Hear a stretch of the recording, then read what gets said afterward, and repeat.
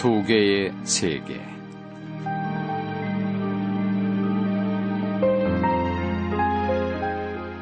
내가 10살 무렵 라틴어 학교에 다니던 그 시절의 경험에서부터 내 이야기를 시작하려 한다.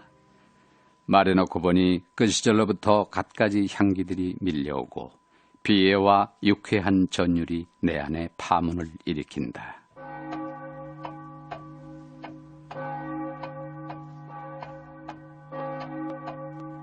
어둡거나 밝은 골목들, 집들과 탑들, 시계소리와 사람의 얼굴들, 비밀과 유령에 대한 공포로 가득 찬 방들. 그곳에서는 두 개의 세계가 교차했으며 양극에서 낮이 오고 또 밤이 왔다. 그 하나의 세계는 우리 집이었다. 싱클레어, 언제나 모범을 보이며 정직을 실천해야 한단다. 그 세계의 범위는 매우 좁았다. 그것은 어머니와 아버지라고 불렸고 사랑과 엄격이라고도 불렸으며 모범과 교훈이라고도 불렸다. 우리의 미래가 명랑하고 청순하며 아름답기 위해서는 이 세계에 속하지 않으면 안 됐다. 나 술 좀 마셨어! 그래서 어디나 비었는데 나는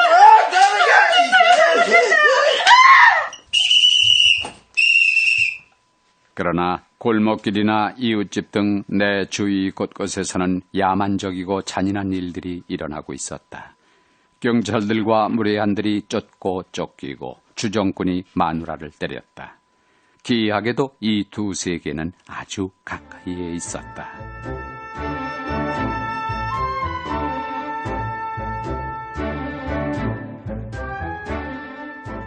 나는 라틴어 학교에 다니고 있었다. 나는 선한 세계에 속해 있었음에도 불구하고 우리가 멸시했던 이웃 아이들과 밀접한 관계를 맺고 있었다. 그들 가운데 한 아이에 대해서 나의 얘기를 시작해야겠다. 내가 막 10살이 넘었을 때였다. 수업이 없는 오후, 나는 이웃에 사는 두 아이와 빈들빈들 돌아다니고 있었다. 어이! 그때 우리보다 더 큰 아이 하나가 우리 쪽으로 왔다. 13살쯤 되는 힘세고 거친 그 아이는 양복집 아들로서 그의 아버지는 주정꾼이고 다른 가족에 대해서도 악평이 자자했다. 크로모구나. 프란츠 크로모를 나는 잘 알고 있었는데 나는 그를 두려워하고 있었다. 그는 벌써 어른 같은 태도와 말버릇을 흉내내고 있었다.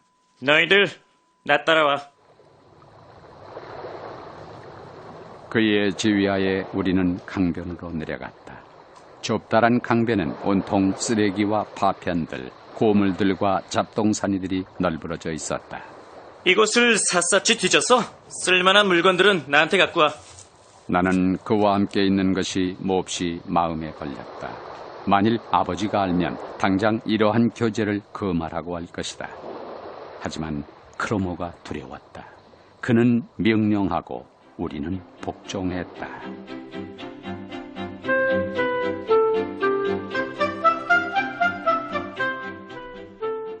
프란츠 크로모가 시킨 일을 끝내고 대화가 시작됐다. 아이들은 나쁜 행실을 자랑하고 위대한 일처럼 뽐내기 시작했다. 그래서 내가 침을 탁 하고 뱉어버렸다는 거 아니야. 나는 잠자코 있었다. 그러나 바로 그 침묵이 눈에 띄어 프란츠 크로모의 노여움을 사게 될까봐 나는 두려웠다. 온통 불안에 사로잡힌 나는 이야기를 하기 시작했다. 모퉁이 물방앗간 근처에 과수원이 하나 있는데 내가 거기서 배낭 가득 사과를 훔쳤어. 그냥 사과가 아니라 제일로 품종이 좋은 것들이었다고. 이야기는 술술 풀려나왔다. 이야기를 꾸며대는데 도취되어 마지막엔 몸이 화끈 달아오를 지경이었다. 그러나 프란츠 크로모는 반쯤 지그시 내리감은 눈으로 나를 뚫어지게 바라봤다. 그거 정말이냐? 정말이지. 맹세할 수 있어? 맹세할 수 있으면 말해봐. 하나님을 걸고. 좋아. 하느님을 걸고. 그래? 그럼 됐어. 우리는 헤어졌다. 나는 서둘러 집으로 향했다. 크로모가 나를 뒤따라왔다.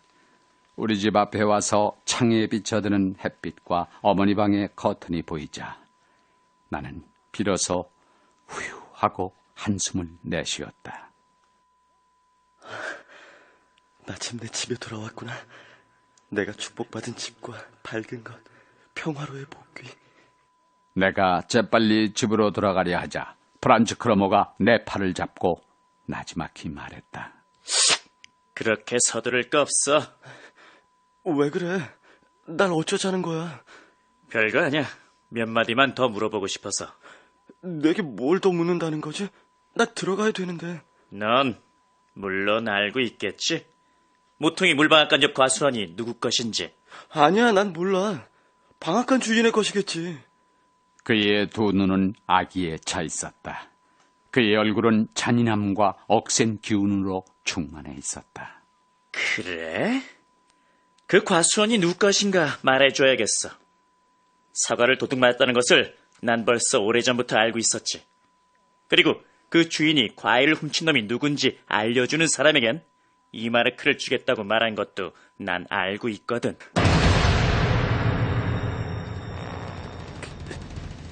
크로모, 그렇지만 넌 물론 아무 말도 않겠지? 아무 말도 않는다고? 이봐, 내가 화폐 위조범처럼 이마르크 은화를 만들어낼 수라도 있단 말이야? 난 가난뱅이야. 너처럼 돈 많은 아버지도 없고. 그러니 이마르크를 벌 수만 있다면 벌어야 한단 말이지. 세상은 내 주위에서 산산이 깨어졌다. 그는 나를 고발할 것이다. 나는 범죄자니까. 아버지에게도 말할 것이다. 아마 경찰까지 올지도 모른다. 내가 훔치지 않았다는 건 이제 아무런 문제가 아니었다. 거기에다 나는 맹세까지 하지 않았던가. 크로모, 들어봐. 밀고 하지 말아줘. 그건 좋은 일이 못 될 거야. 자, 내 시계를 줄게. 그것은 은시계였다. 할머니가 물려주신 것이었다. 나는 대가를 치르고서라도 자유를 되찾아야겠다고 생각했다. 이따위 낡아 빠진 은식에 넣어놨어. 그는 돌아서서 가려고 했다. 나는 그의 옷소매를 잡고 늘어졌다. 그가 이대로 가버린다면 장차 닥칠지 모를 온갖 종류의 일들을 참는 이보다 차라리 죽어버리는 것이 나을 것 같았다. 크로모, 어떻게 하면 좋을지 제발 말 좀 해줘. 정말 무슨 짓이라도 하겠어. 넌 단돈 2마르크만 내게 주면 되는 거야. 그럼 만사가 잘 될 거고. 하지만 난 돈이 한 푼도 없는 걸. 그건 네 문제야. 너희 집에는 돈이 많이 있잖아. 내일까지 2마르크를 가져와. 그럼 끝나는 거야. 하지만 만일 돈을 안 가져오면 톡톡히 쓴맛을 보여주겠어.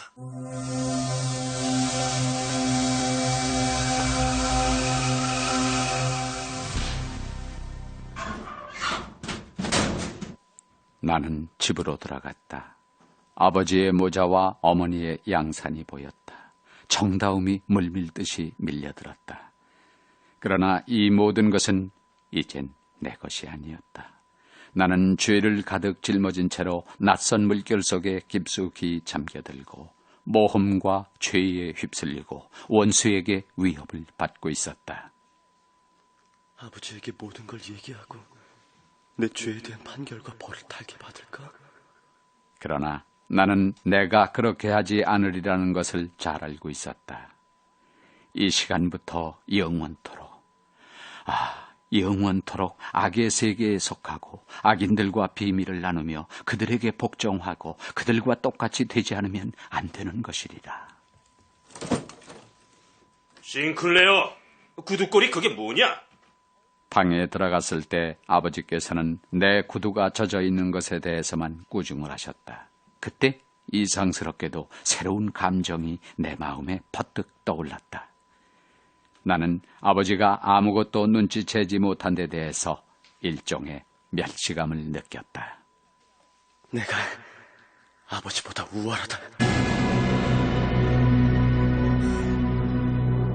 지금까지 이야기한 나의 모든 체험 가운데 이 순간이 가장 중요하고 길이 남을 순간이었다. 이것은 아버지의 신성성에 대한 최초의 균열이었다. 그리고 내 유년 시절을 바치고 있는 기둥에 새겨진 최초의 칼자국이었다. 이 칼자국과 균열은 다시 아물겠지. 그것이 다시 붙고 잊혀지지만 아무도 모르는 내 마음속에 밀치를 살면서 여전히 피를 흘릴 것이다. 나는 이 새로운 감정에 몸서리를 쳤다. 심장이 얼어붙는 듯한 마음으로 나의 세계가, 나의 선량하고 행복한 인생이 나에게서 떨어져가는 것을 방관하고 있을 수밖에 없었다.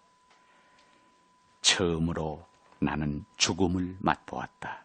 그것은 탄생이며 무서운 변혁에 대한 불안이며 공포였다. 이렇던 생명 잠자리에 들기 전 가족들의 저녁 기도가 죄 사함의 불길처럼 내 위를 지나갔다. 그렇지만 나는 부르지 않았다. 음조 하나하나가 나에게는 담즙이며 도객이었다. 나는 원수의 눈을 들여다봤다. 야비하게 웃고 있었다. 그의 아기의 찬 눈은 악마처럼 번뜩였다. 나는 꿈을 꾸었다. 부모님들과 누이들과 보트를 타는 꿈이었다. 휴일의 평화와 밝은 햇살이 우리를 에워싸고 있었다. 싱클레어, 이리로 오렴. 한밤중에 나는 잠에서 깼다. 나는 아직도 행복의 뒷맛을 느꼈다. 그러나 잠시 후 현실로 되돌아와 사악한 눈을 가진 원수를 다시금 마주보고 서게 됐다.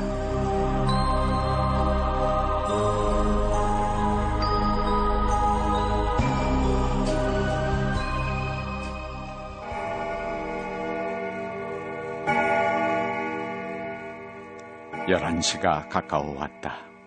시장에서 크로모가 기다리고 있을 것이었다. 나는 시장에 가지 않으면 안 되는 것이었다. 돈 없이 크로모한테 갈 수는 없었다. 나는 내 조그마한 저금통을 가져가지 않으면 안 됐다. 충분하진 않지만 한 푼도 없는 것보다는 나을 것이며 크로모를 달래놓지 않으면 안 되리라는 육감이 나에게 말해주었던 것이다. 어머니 방에 몰래 들어가 내 저금통을 끄집어내왔다. 65페니가 들어있었다. 이것으로서 나는 최초의 도둑질을 하는 것이었다.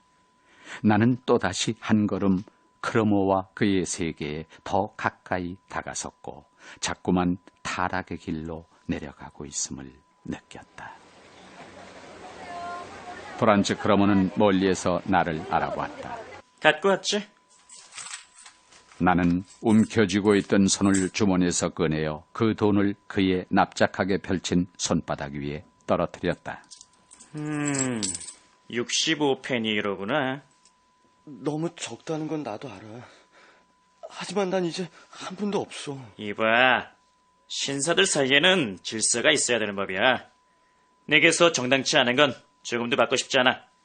자, 이런 니켈돈 따위는 집어넣으란 말이야. 하지만 난 돈은 갖고 있지 않은 걸. 내가 알게 뭐야. 그렇지만 너를 불행하게 하고 싶지는 않구나. 넌 아직도 내게 1마르크 35페니의 빚이 있어. 내가 언제 그걸 받을 수가 있지? 그럼 틀림없이 받도록 해줄게. 아버지한테 말할 수 없다는 것쯤은 너도 물론 이해해 주겠지? 그건 나하고 상관이 없는 일이야.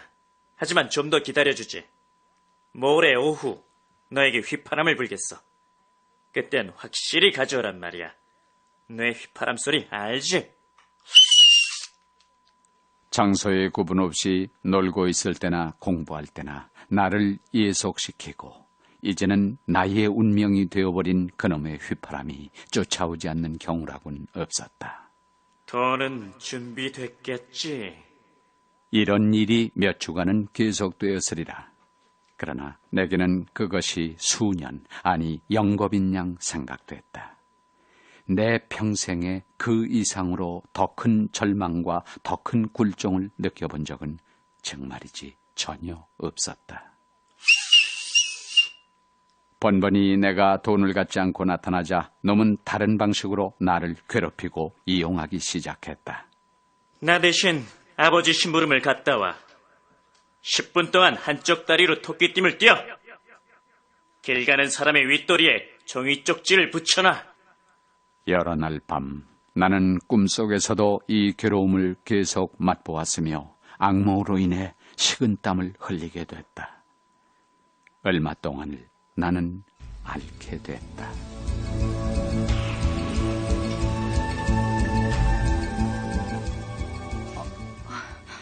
싱클레어, 왜 이리 땀을 흘리는 거니? 아무래도 무슨 일이 있나 보구나.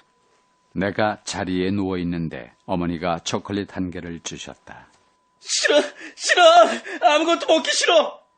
그 시절의 내 상태는 정신착란의 일종이었을 것이다. 우리 집의 정돈된 평화의 한복판에서 나는 두려워 떨고 가책을 받으면서 유령처럼 살았다.